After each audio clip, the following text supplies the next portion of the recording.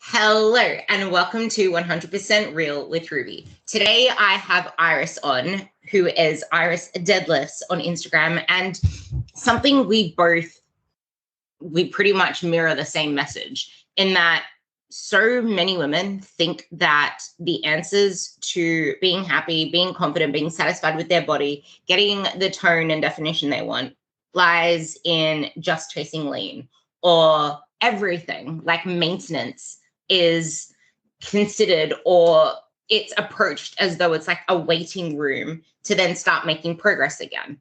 And people don't understand what it actually takes to get toned. They think that the numbers on the scale, the body changes, that is all going to give them the happiness they want. But if you're never happy in the now and you don't understand the process, how are you ever going to get to the outcome? Okay. And then the other element, which is probably the part that I want Iris to introduce this with, keep going to say Iris, Iris to introduce this with, is you can be on the right path. You can start up with a coach and be like, okay, I'm going to do this right the first time. But the moment the scale fluctuates or your body feels uncomfortable in your clothes, which I actually made an uncontroversial opinion on this, which I truly believe, I want to know your thoughts on it as well. And that people say, don't focus on the scale. I say, wait, they say, don't focus on the scale, focus on the clothes. But I say, even that is a terrible metric for people that are average build, for people that are trying to get lean and toned, because you do a hard training session, your clothes are going to feel tight, you're going to chuck a hissy fit, or you have a PMS week, hissy fit, or you're just having a bad time and all of a sudden the same clothes that felt good the day before now feel like they're really tight. So even that can be a bad proxy measure for progress. So with that, here's Iris. I'm going to let her introduce her passions and her takes on the above, and then we'll flow the conversation from there.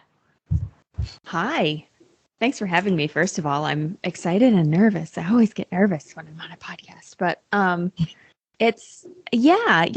it's a whole big messy conversation, right? That everything absolutely intertwines with absolutely everything else, like fitness and mindset and body and all of that stuff. But I mean, if I had to pick my passions, it would be like, what does it actually mean to get toned? What does it actually mean to have muscle as a woman? And all the mindset stuff that goes along with that, like body image and emotional regulation and like the balance, which is a conversation I've been having a lot recently with people, is the balance between having some grit in what you want to accomplish and giving yourself some grace to be human and be okay with being human, which a lot of people, frankly, really are not okay with being human. You know, perfection is such a unattainable standard, but it's also drilled into all of our heads for some reason. I think helping people get away from that and just being okay with cruising inconsistency after a while. I think if I had to pick, those are my babies. And I guess this begs the question of, what does it take to get toned? We see these images online of people that look the part, they look fit, they have this muscle. And obviously I can speak from my experience. I thought that cutting carbs and dieting and continuing to train as hard as I can, add in more reps, add in more sets, do marathon sessions, all while eating low carbs, maybe add in a HIIT session on Saturday, which I actually did to have like 6 days of cheating. I thought that that was the answer to getting lean. And no matter what, I could not get the scale to move. No matter what, I felt like a huge fluid bubble fish. But when you see those bodies, although they look smaller, I remember my coach back then saying to me, that body actually weighs a lot more than you realize. She weighs more than you because muscle is weighing something and she has a lot more muscle mass than you. But we can't come to terms with, yeah, but they don't have a lot of muscle. They look really lean because they have a lot of muscle. So maybe we can kind of unravel the unrealistic expectations and the unrealistic, I guess, what should happen, what it should look like in the process in itself. Yeah. And you know what's really funny? I was thinking as you were talking that I was in a deficit from the beginning of the year and took a break at maintenance. I'm still there right now. And like not, I don't want to say a lot, but a handful of people at my gym have mentioned like that I look super, super lean, like in a week's time.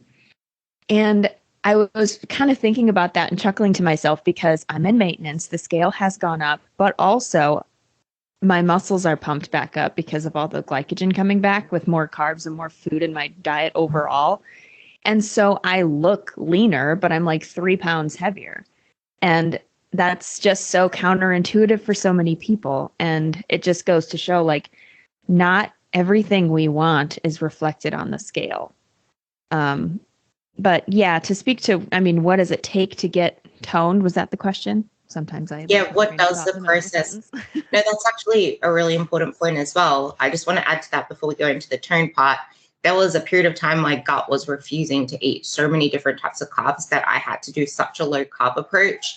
And my carbs went from quite literally, I was on 350 to 400, and they had to drop all the way down to 100 to 150.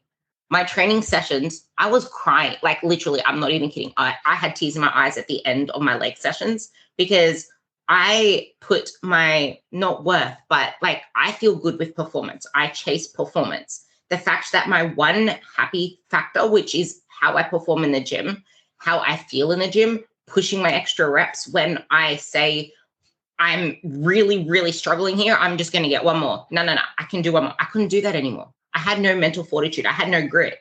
And the second that someone said to me one day, "You're looking really small," I just burst into tears. I'm like, I'm tired. I hate this. I want carbs. I can't train and I look like shit. Like I looked like shit. And then as soon as I started repleting with carbs, I felt good again. I started training again. I had my veins popping.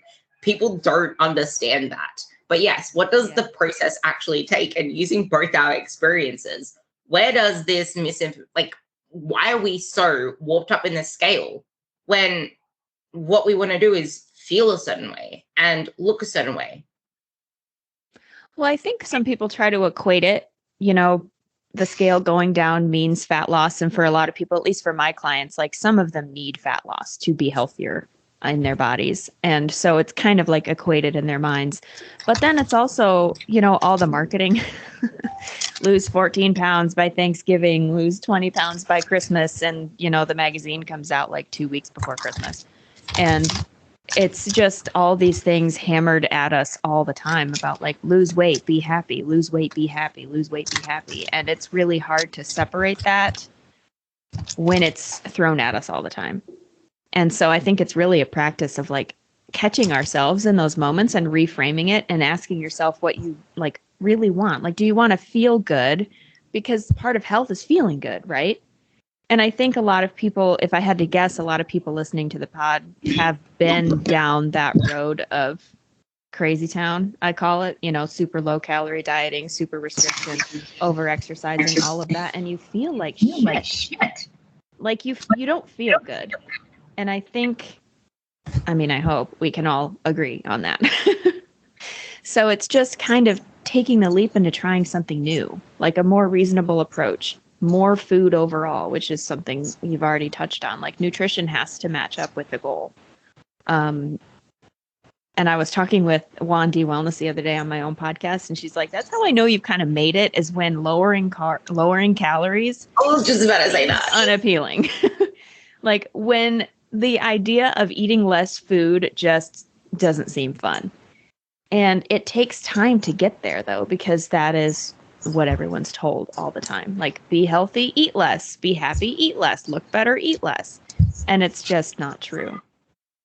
It's so funny because that's a message that I've always said. It's like, I know that you're in a good place when you're not even thinking about fat loss anymore. Like the fact you're still asking when can I go into the next diet so I can reveal the muscle that I built.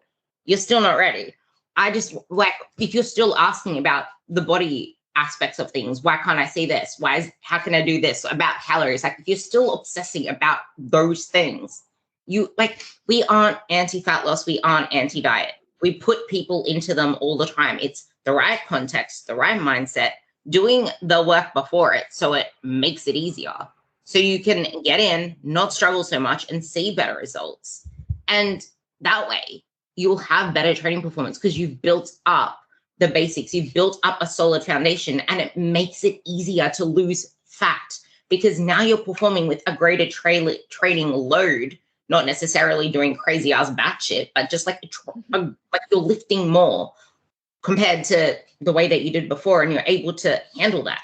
That is how you get that lean body. But this is where like people think that commit to a coach for 6 months, for 12 months, do a build for 4 months, and they're good to go. They don't have the realistic expectations on how long it takes to get that body that they see. It kills me. Tell me more about that, because that's the biggest thing. It takes time. It takes time even if you're doing it right, you know? I mean, personal experience, I've done 2 builds. One was like 11 months and one was, I think, 6 months. And even that, now looking back, like that was on the low end, I think, but it was enough for me to dip my toe in and experience it and be okay with that.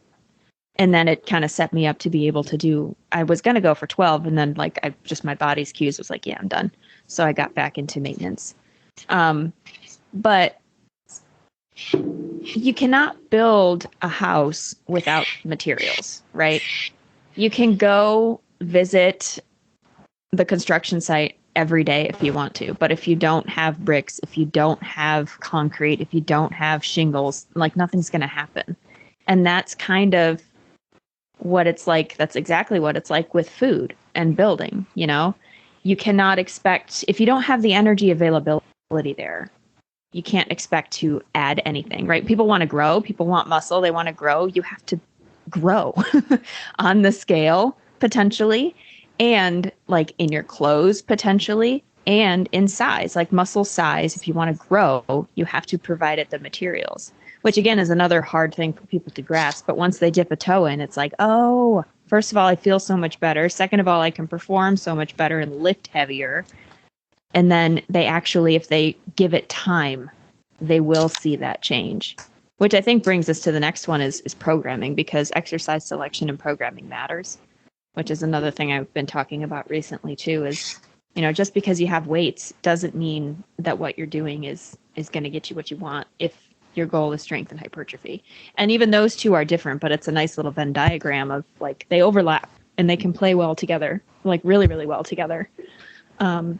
But, you know, I used to be a cardio bunny, and then I used to do like the cardio with weights, and I did Orange Theory for a while and all these other things that are perfectly fine forms of movement. Like it gets you active. Some of them have a really cool social aspect. It's just, is it the right tool for the job? And past a certain point, if the goal is to get toned, it's not. Which it works until it doesn't. People don't like to hear that sometimes, but it works until it doesn't. And they're like, well, it worked for me, but they don't actually bring themselves to the now. It's like, yeah, it worked for you, but is it still working for you? And I had this conversation on my last podcast, in that people that lose a lot of weight from doing whatever batshit crazy training that they do, they will see some muscle building results because they had a lot of stored energy to use, which is why people with a lot of adiposity / fat tissue can build at the same time that they lose fat. So then whatever they were doing, they think that that works, but it's like, okay, it worked to get you to here, but what gets you from A to B won't necessarily get you from B to C to D and so on. And this is why the process is so important. And the thing that I find troubles most people is that because they were so focused on the scale that time, they don't have any real other metrics of success, just the feeling that they had in their training and chasing the scale going down. Anything else is just like, they don't know where to look. They don't know what's like, it's like nothing. And some people fall off because now what's the point? They don't have the motivation. And the point that I wanted to bring again to you, if you remember that point to bring into this, because of what you were saying, people think dieting is always the answer to what they want, to their goals. They think that dieting is it. They sign up with a coach, they do a program only for the sake of weight loss. Whereas coaches are way more than weight loss. And the thing is, if you do it right, you don't need a coach for weight loss. It's the easiest part. It's everything else. It's doing it the right way. So it's fat loss and not weight loss. It's doing it the right way so you can factor it into your life, so you can enjoy birthdays with your kids, with the family, with your friends. You can go out to socialize and not just gain all the weight back, so that every time you go on holidays, you're not coming back 10 pounds heavier. 5 kilos heavier.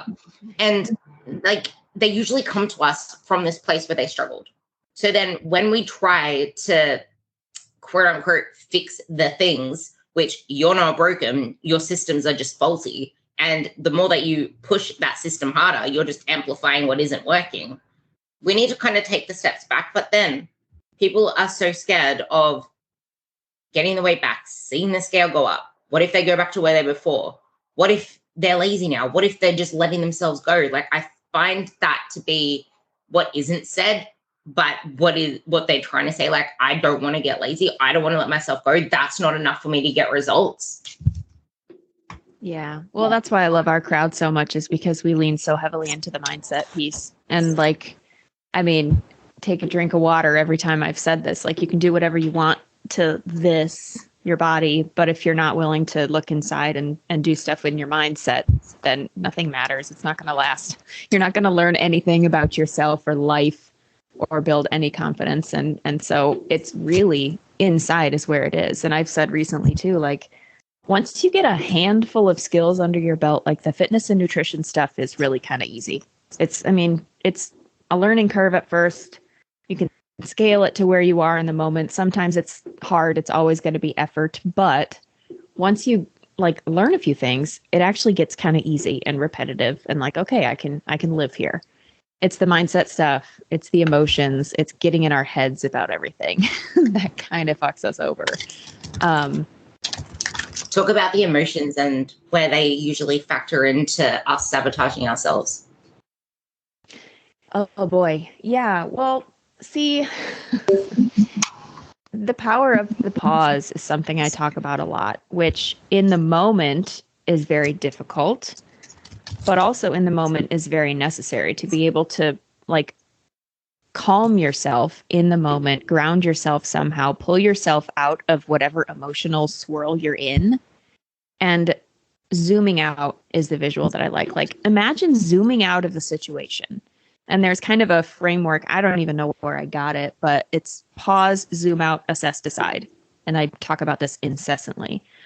Pause in the moment, zoom out, look at what's actually happening, assess the situation, and then decide what you want to do. Because the thing that really bites people in the ass is that nobody's deciding what to do. They're reacting to everything all around them all the time.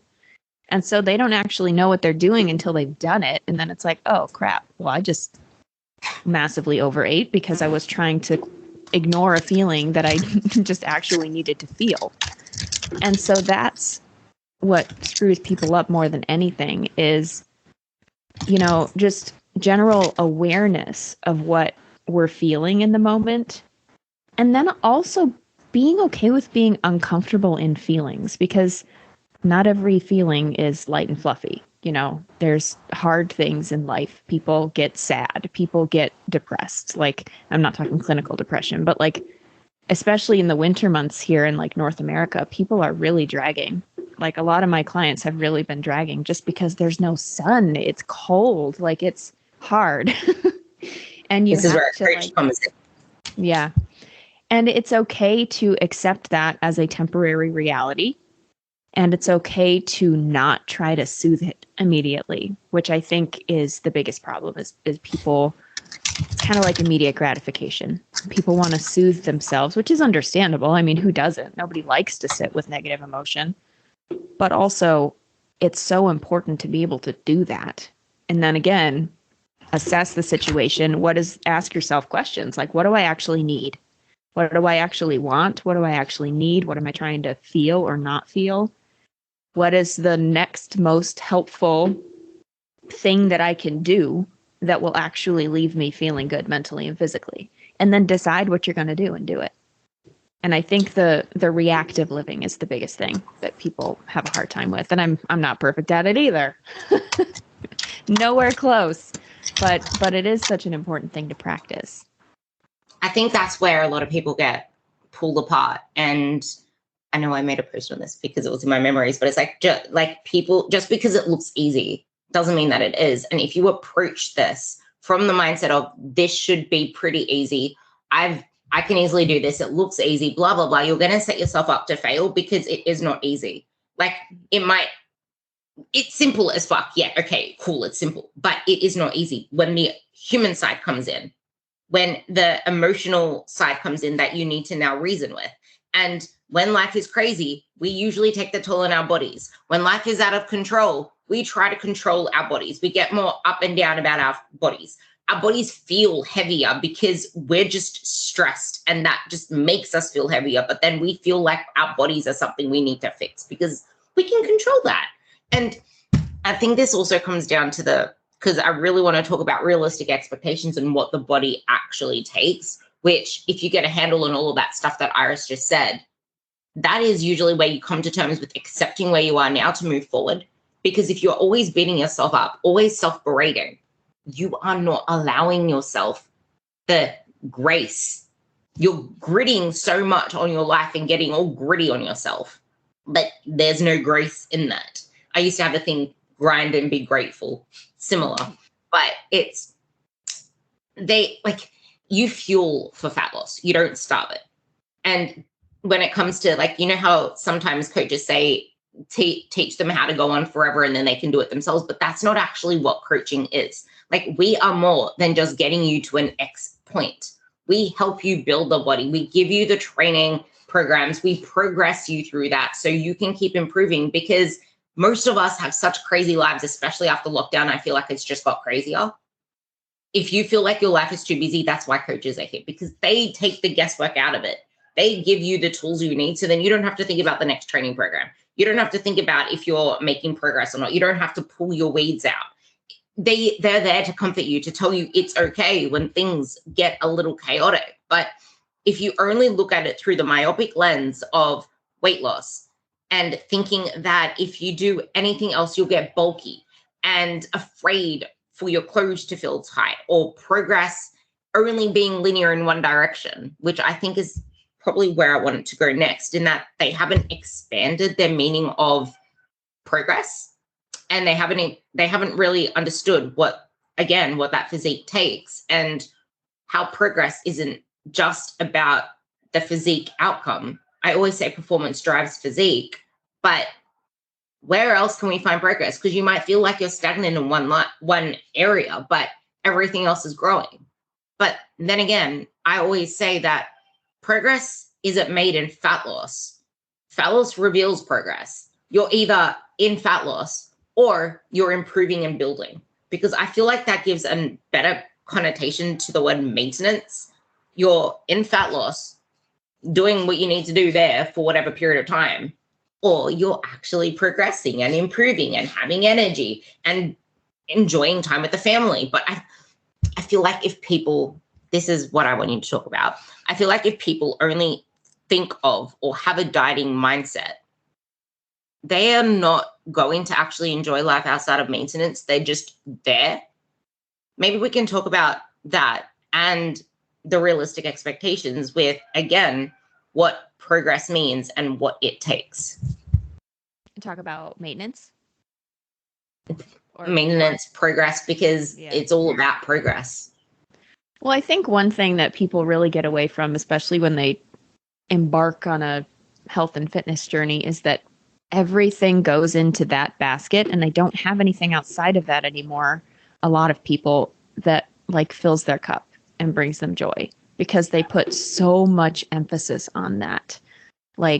Have other things in your life that you want to progress in. Do you want to get really good at knitting? Do you want to garden? What do you want to do? Do you want to go do a hike that you've never done before and maybe thought you never could before you started exercising?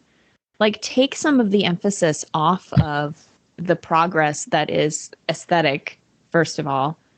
But I think also, I've had this conversation with clients recently too, who are kind of getting down on themselves.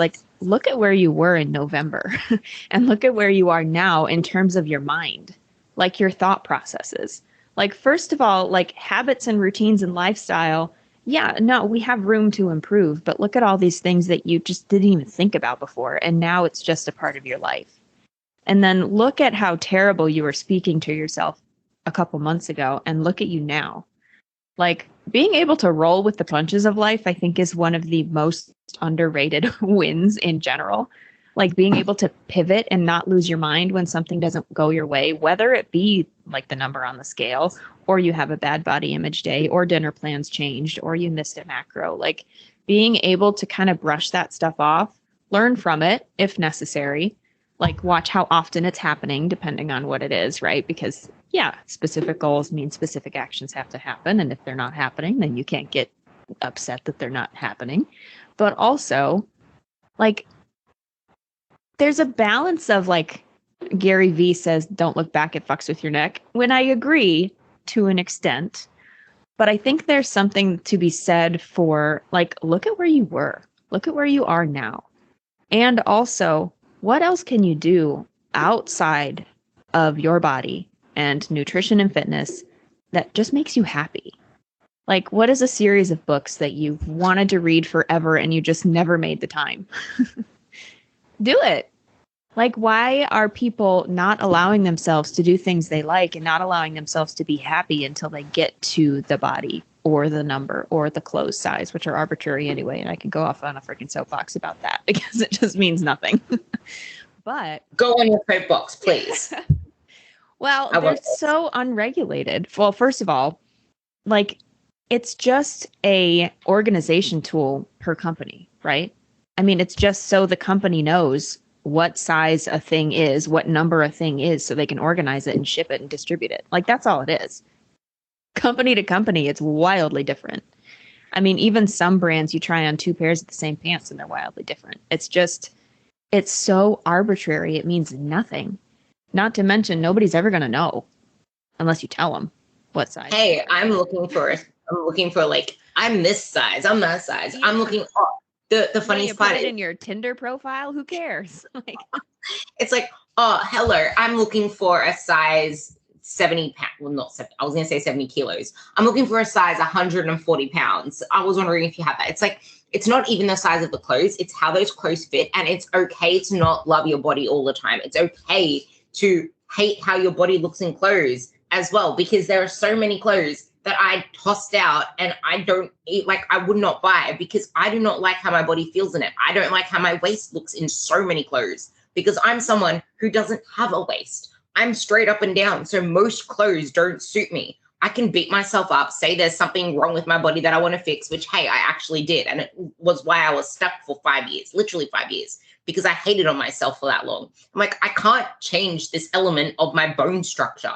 I will never, ever in my life get hips. So I'm never, ever going to look good in those clothes. So why would I make myself? Maybe if I friggin' lost 20 kilos and was like a stick and then all you could see is bones. But that's the thing. Like, do you want to look healthy, fit, actually strong enough to kick people's asses?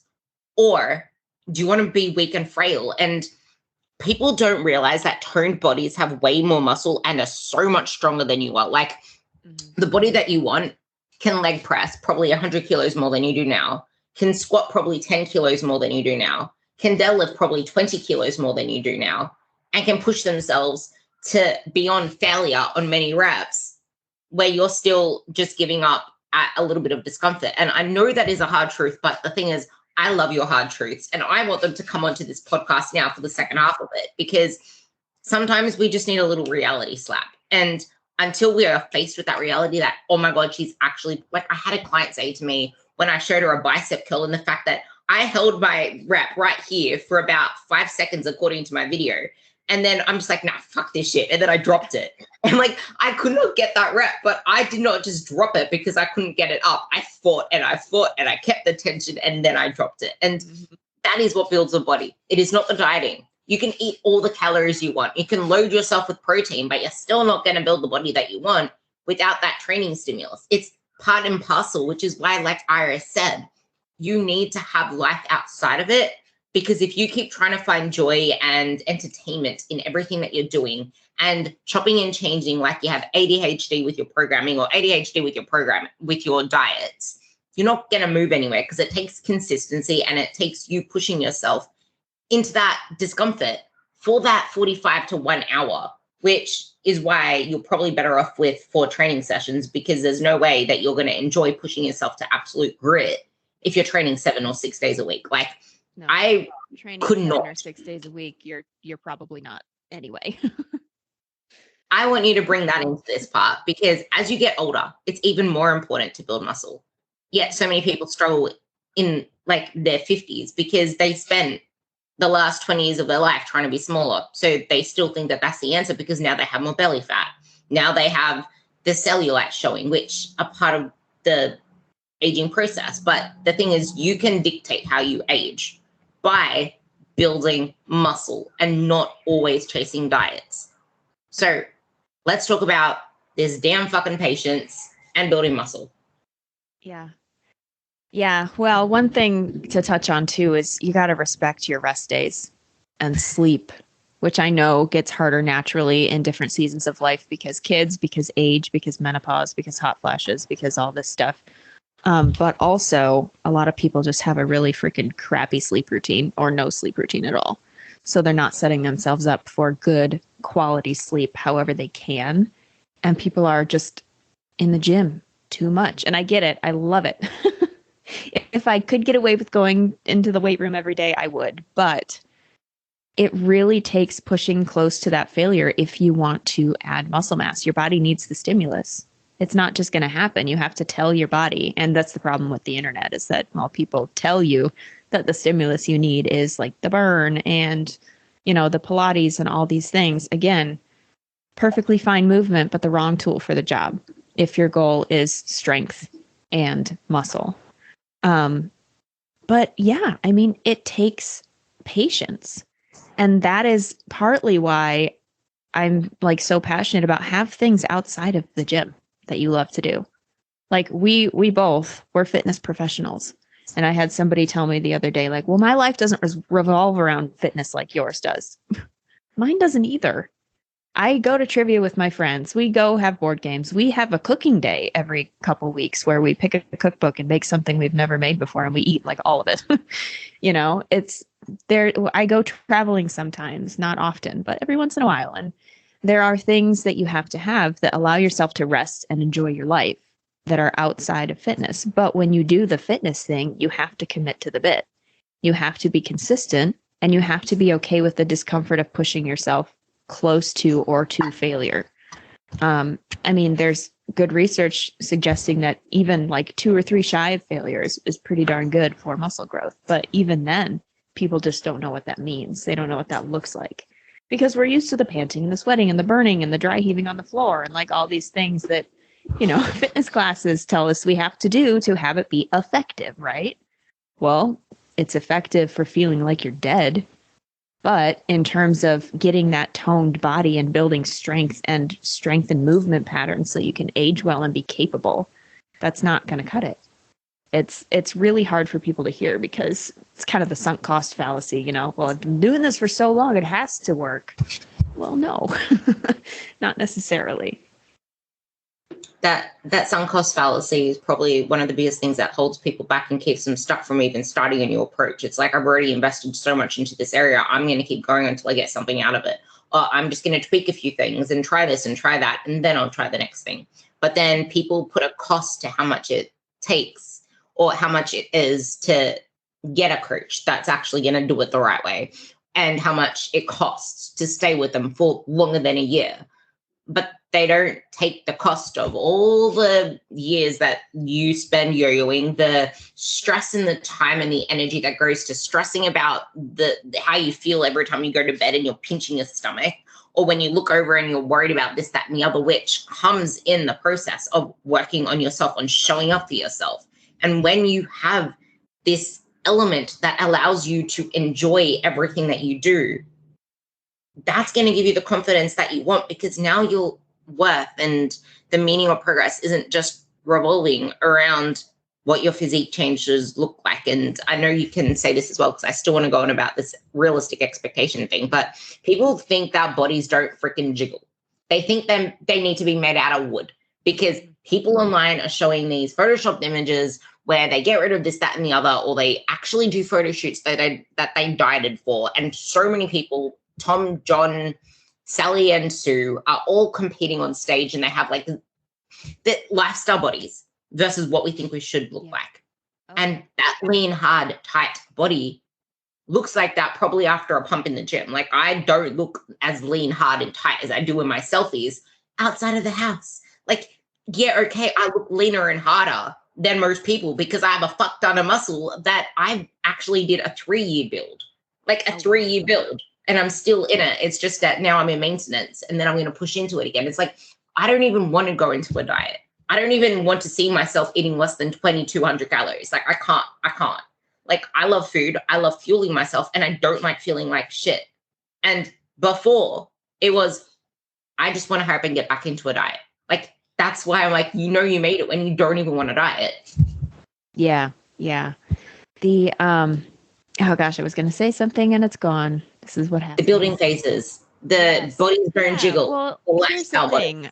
And I've actually, my opinion on this has slightly changed because I used to be like, yes, everybody go into a build, do it now. And I think two things can be true, right? For me and for a lot of people, it's one of the most empowering things you will ever do in your entire life. And it really helped me separate my progress from the scale because the scale was going up and up and up and I wanted it to. And at first it was kind of a mind fuck. And then after, a little bit, it was like, okay, well, this is part of the process. What do I actually want? This is what it takes to get what I want. Here I go. And it's just kind of what it is. But also, ladies, people can build significant amount of muscle in maintenance. Like it takes a while, but you don't have to go into a surplus if you don't want to. But at the very least, you have to get into maintenance. And you have to stop pulling back as soon as the scale bumps up a little bit when you get into maintenance, because that is the thing that really, again, people biting themselves in the foot or shooting themselves in the foot, biting themselves in the ass, because as soon as the scale bumps up the smidge, they pull back and go back into that calorie deficit. And they're not experiencing any of the benefits of maintenance. And they're making it a lot harder on their bodies or impossible, depending on the person, to actually put on muscle and build strength. People think that maintenance means the scale not moving at all. Yeah. Yeah. People think it's one hard static number that, by the way, is the lowest number that they saw at the end of their cut, which it's not, right? If the scale doesn't bump up 2, 3, maybe even 5 pounds and kind of hover back and forth around there, if it doesn't do that, you're not in maintenance. And it's kind of defeating the purpose. And actually, I came from my first launch back into like a more balanced approach to fitness and nutrition after a lifetime of yo-yo nonsense was through Jordan Syatt and his inner circle. And they call maintenance momentum, because that is momentum for the rest of your life. Like, it is not stagnation that a lot of people choose to see it as. You can do so much in maintenance. Like, maintenance is life. Like, yeah, maybe some people with a lot of extra adiposity, like they don't need to maintain that. They shouldn't maintain that. They need to lose some fat. But for a lot of people who are just stuck in this like diet, you have to experience maintenance. And it's kind of like that saying, you can't read the label when you're inside the jar, which is true. Like you don't know unless you just go for it and experience it, which again is the benefit of having a coach. They can kind of hold your feet to the fire and also look at you objectively without all of your own emotions and like show you the data. Like, this is what's going on here. But you have to force yourself outside the jar, especially if you want just all around a better quality of life. I mean, this is health, right? Do you want to be healthy? Do you want to be happy? Or do you want to be the smallest version of yourself, which is likely not healthy and likely not happy, because people don't understand what it takes to be that lean. Like you mentioned, lifestyle lean versus stage lean. And I mean, honestly, that is a reality check I have to have with myself sometimes, because I have friends who compete, a couple of like good Instagram friends who compete, and a few of them are like coming out of prep. So they were like lean. And I mean, I like them because they say it how it is. You are this lean for a day and you get out as soon as you can, because it is not healthy. And people don't understand that. And they're filling their feed with all these stage lean bikini prepped girls who, first of all, probably built that body in like 10 years, not 8 months. that people think it can happen in. And also, they are that lean for a period of time and then they are out if they're doing it in a sane, reasonable way. But also, going back to the whole like mini build timeline thing, everybody wants it to happen faster. Everybody does. I do. Like, would I love to have like more delts and more glutes? Yeah. But also, I think it's important to accept that you can want it, but also kind of detach from that a little bit. Like, yeah, I want it to be faster. Everybody wants it to be faster, but it's not gonna, So love you. Deal with it, people. You know what I mean? And also, I think in terms of the fat loss piece too, it's never going to be sustainably fast, right? But it can be a little bit faster if you are honest about your actions and your consistency. And same with the muscle building piece too. Like it's always going to be slow. Everything is always going to be slow. But also there's a hefty dose of like, are you doing what you say you're doing? Are you doing what you think you're doing? And that's hard to confront sometimes, but it is so necessary.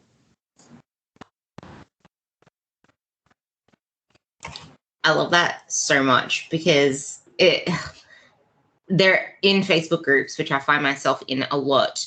People always say, I want to do this mini build. And it's like, I went on about this with Brandon the Cruise. There is no such thing as a mini build. Building muscle takes time. I'm trying to find this freaking post that I put up before, but it was something like, just because you start doing the right thing, just because you start building doesn't make you entitled to results. It's like a gestation period.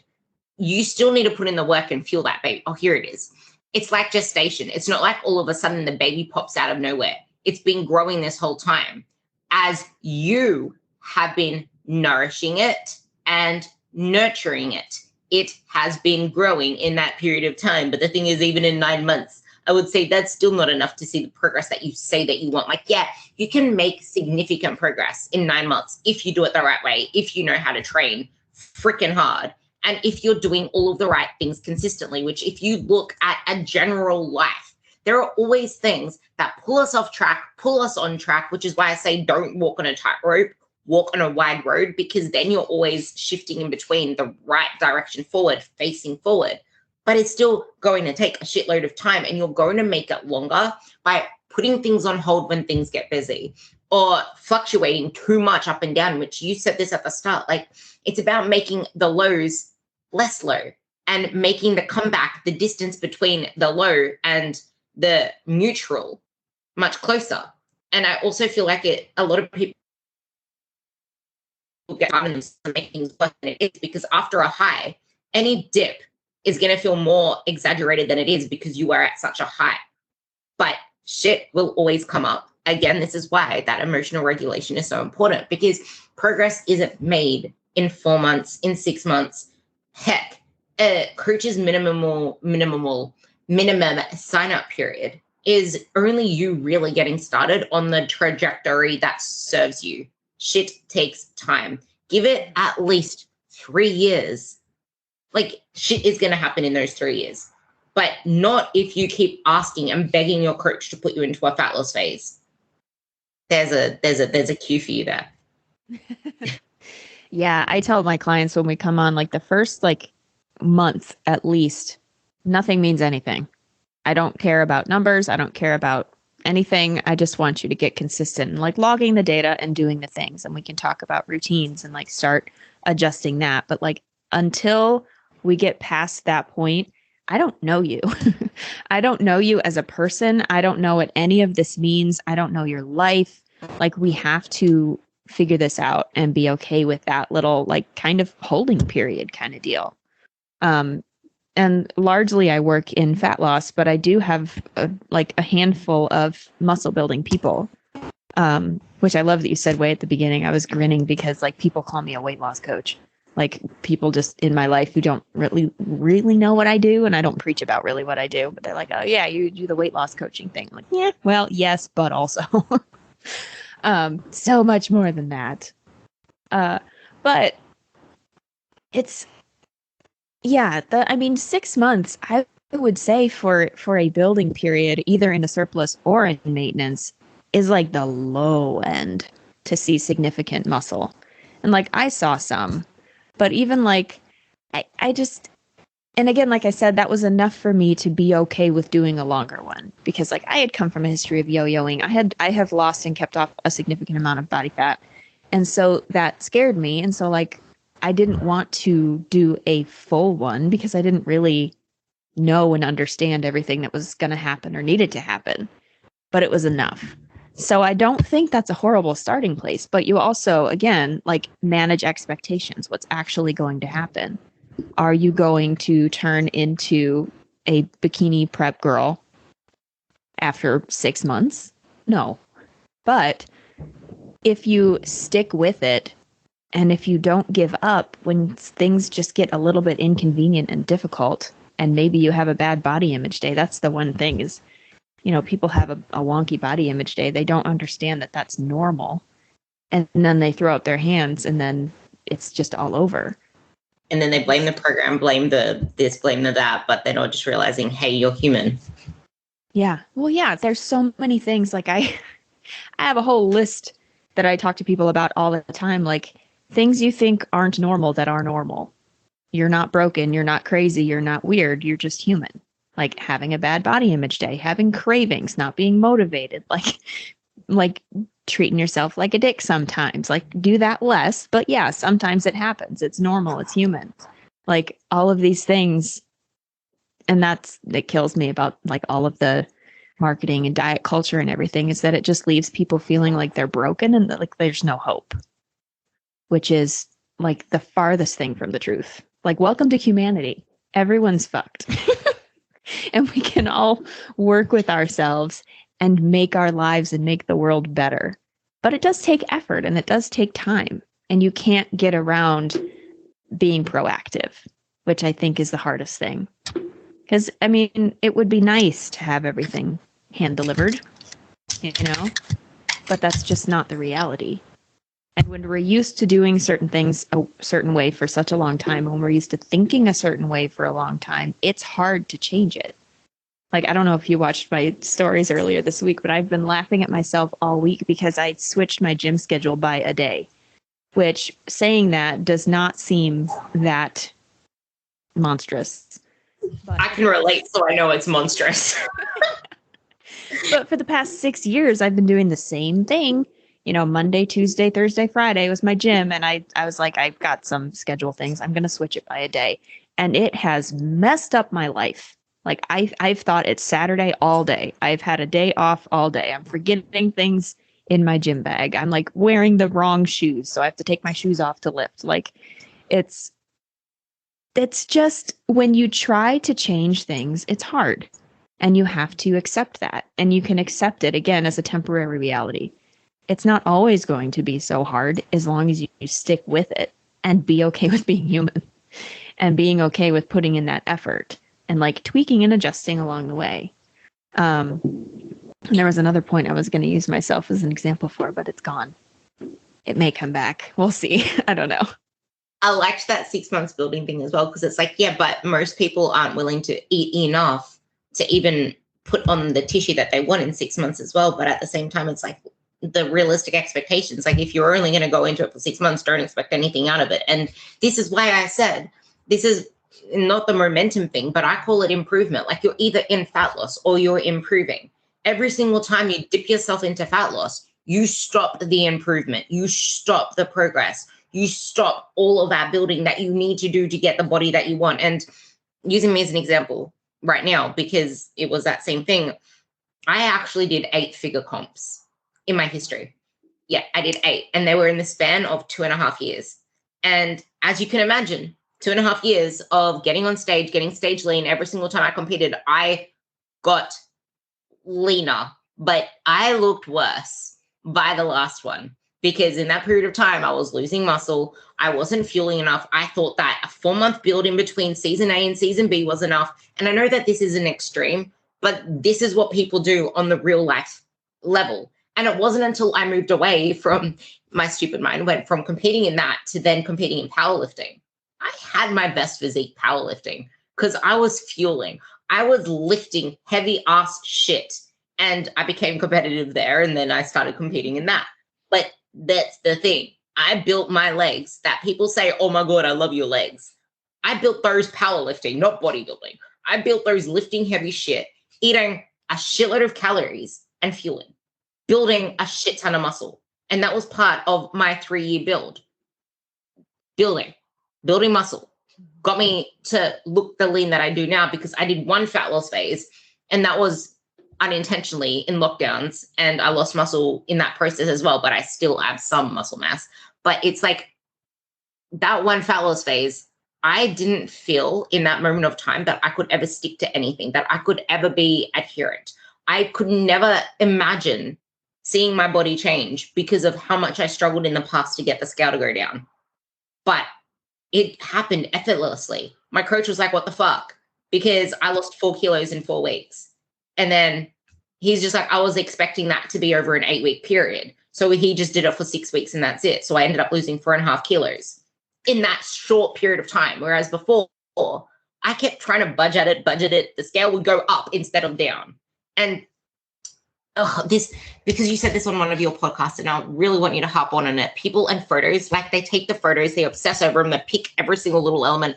I hate this about me. I want to fix this. This is ugly. Analyzing, like this is why it's hard for me to ask for progress photos and why I hate it. Because as soon as I take the progress photos, they are so hard on themselves. They self-sabotage. Nothing's changing. I'm fat. I'm over. I make them take pictures and then we talk about it. I know. It's like, this is why taking, like, your body isn't going to change in a week. You don't need to take them weekly. Take the photo, put it up there when you're asked to take it, but don't overanalyze it. I like taking them every 6 to 8 weeks because then they actually, they're not like, their body isn't the focus of the coaching. It's every 6 to 8 weeks because I don't care about that stuff as much. What I care about is, how are you training in the gym? What's your biofeedback like? What's your consistency like with the action steps that we laid out? Because if you're doing that process, the results will take care of themselves. Like, I have people saying, if we're not measuring this and measuring that, how do you know I'm making progress? Because you're doing the action steps that I laid out. That's what it takes to get to the outcome. Yeah, photos and progress are one of my favorite things, actually, because that shows a lot that the scale does not show. And it's kind of yes. Yeah. And that's one thing I make very clear is, like, we are not comparing month to month. We are comparing like month 1 to month 5. Like, we take the data every month. We do it every 4 to 5 weeks, whatever the last week of the month is.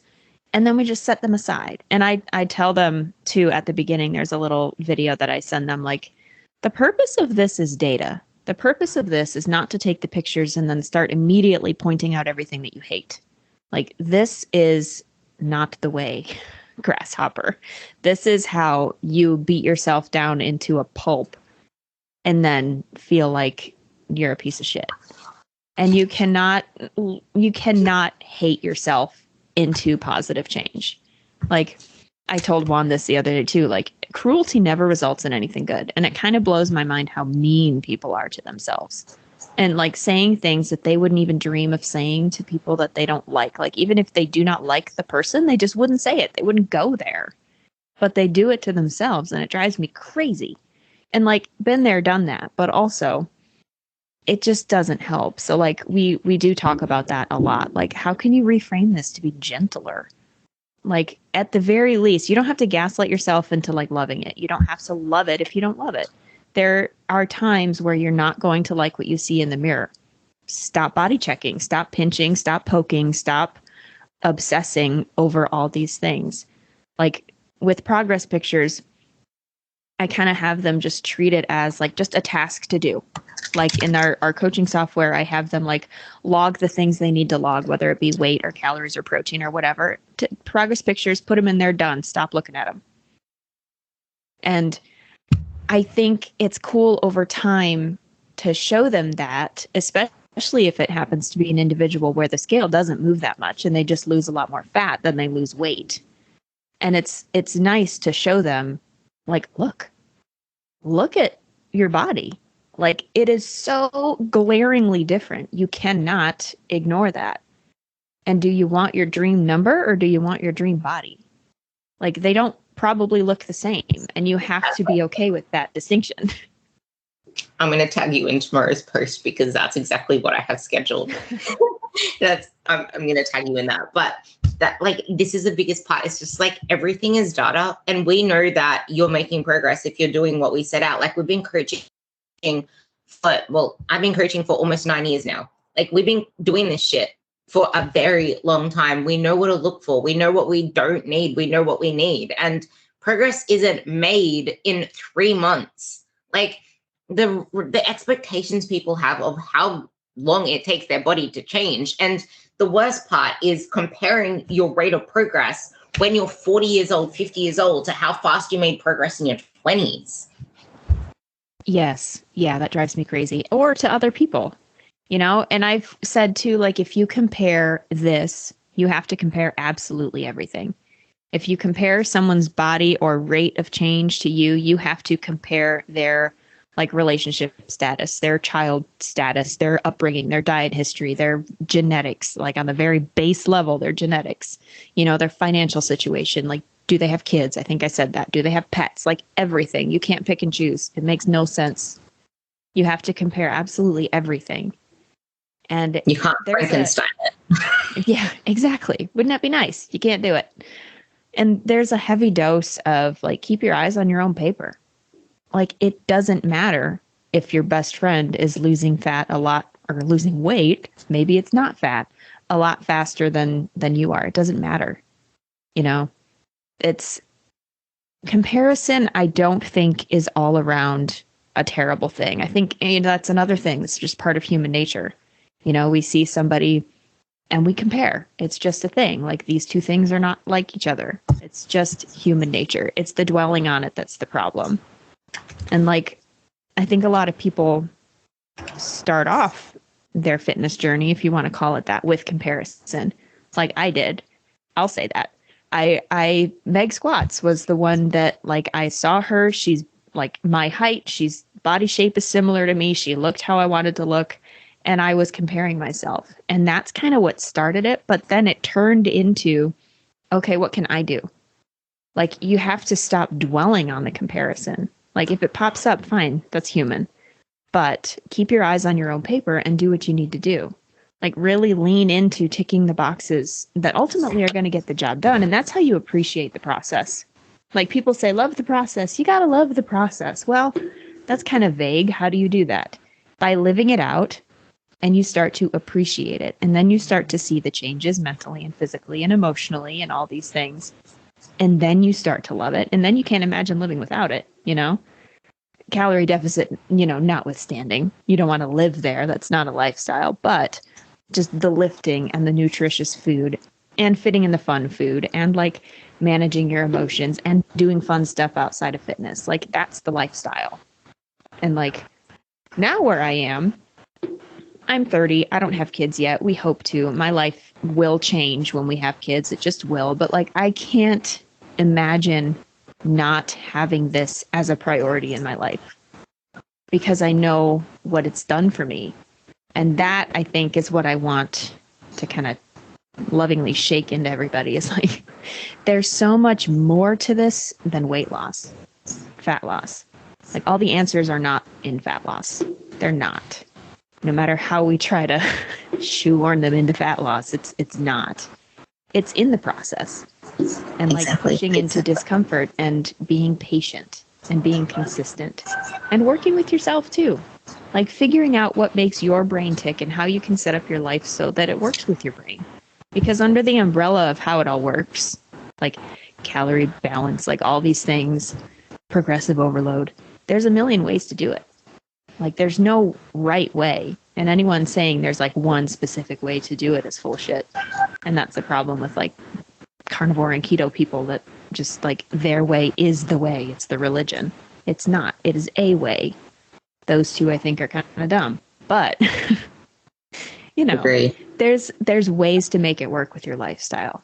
And you have to live with it, however you do it. And I don't think a lot of people can live with constant chasing skinny, chasing smaller, I mean, they're going to end up at frail. I mean, that's actually, sorry, one more thing. I wanted to end the podcast there, but there's one more thing that I want you to kind of tie the bow on, because that's actually like people keep trying to lose fat regardless of whether they're trying to build muscle or not. And then they wonder why they're not going anywhere. So then they're in this place where they're like fluctuating between 1,200 calories to 1,500 calories, low calories for years. And then they wonder why nothing changes, why they feel like crap, why they're not progressing in the gym, why they're always hitting plateaus, why they keep coming to the same forum asking the same questions about why they're struggling, but they still haven't given themselves enough time to eat enough. So they're trying to build muscle, but they're eating like little calories, and then they let themselves eat a little bit, and then they go back down to eating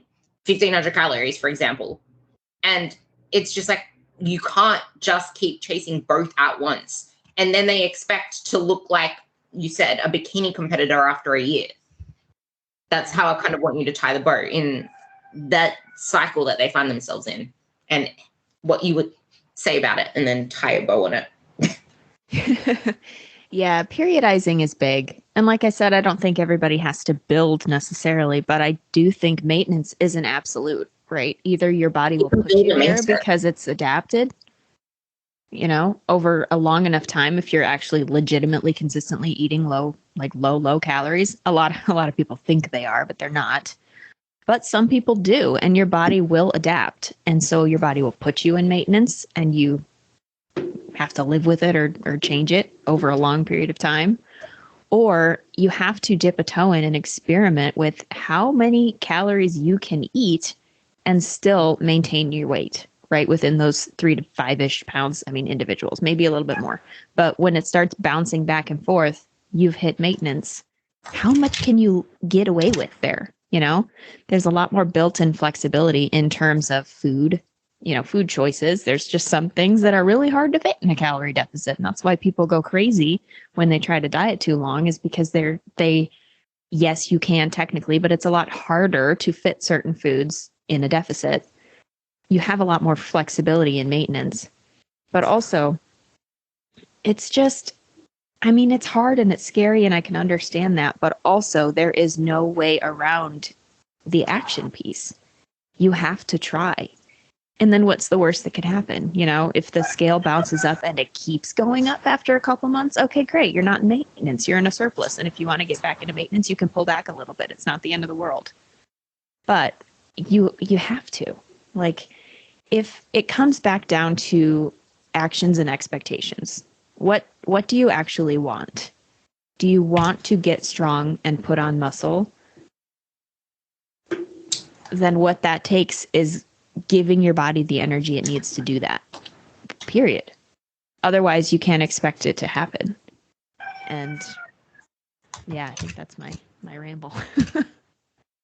I love that. I had to mark that as a timestamp, because that was like, what do you want? What are your expectations? I think that's the best way to sum this up, because you can't say you want something and act completely in ambivalence to it.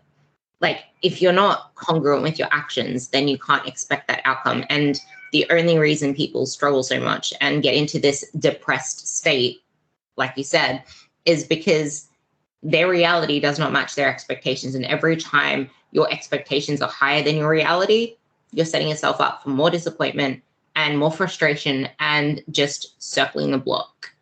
Mm-hmm. Yeah.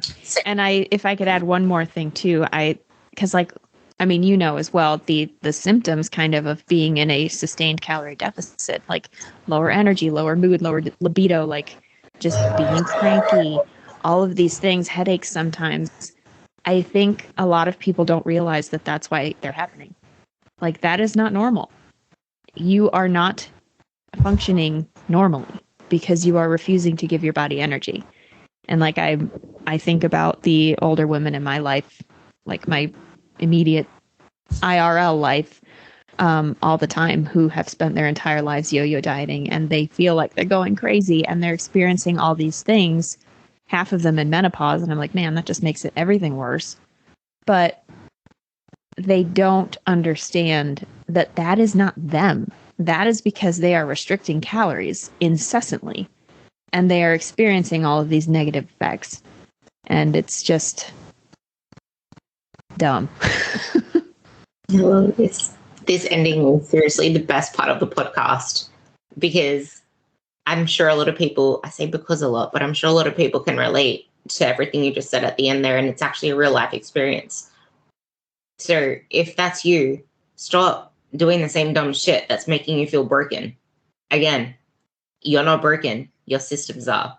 And as soon as you said that, I'm like, fuck, that's what I say. So I'm going to keep repeating that now in this podcast, because it's you're true. not broken. Your methods are broken. Fix the methods. Damn it. And exactly. I put it on my threads as well, in that you're never going to get results if you approach it with the same mindset that you approached all the things that weren't working for you. Mm-hmm. So yeah. Exactly. With that, I'm going to put Iris Deadlifts Instagram down below. And if there's anything else that you want to share, plug, I think you have everything in your bio. Yeah, you do. You have your link tree in your bio. Anything else?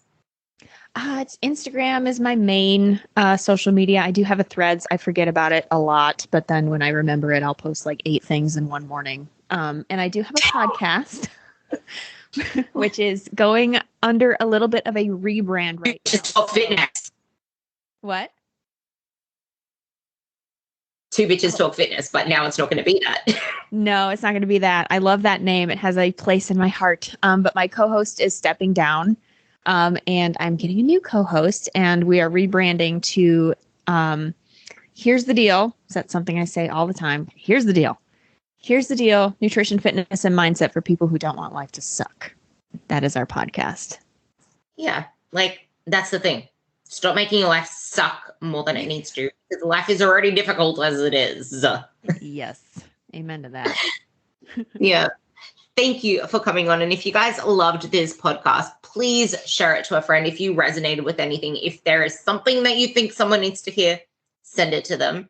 If you liked it, rate it, put a 5-star rating in the Apple or the Spotify, and message either of us if there's anything else that you want to ask, want to talk about. I always get amazing. I resonated with this. This part I took away. So it means a lot to me. And it also means a lot to me if you share it with the guests as well, because it makes them feel better. I know that I always feel good when I'm a guest on something and people tell me that they resonate with something. So yeah, hope you love this, and you will hear me on the next episode.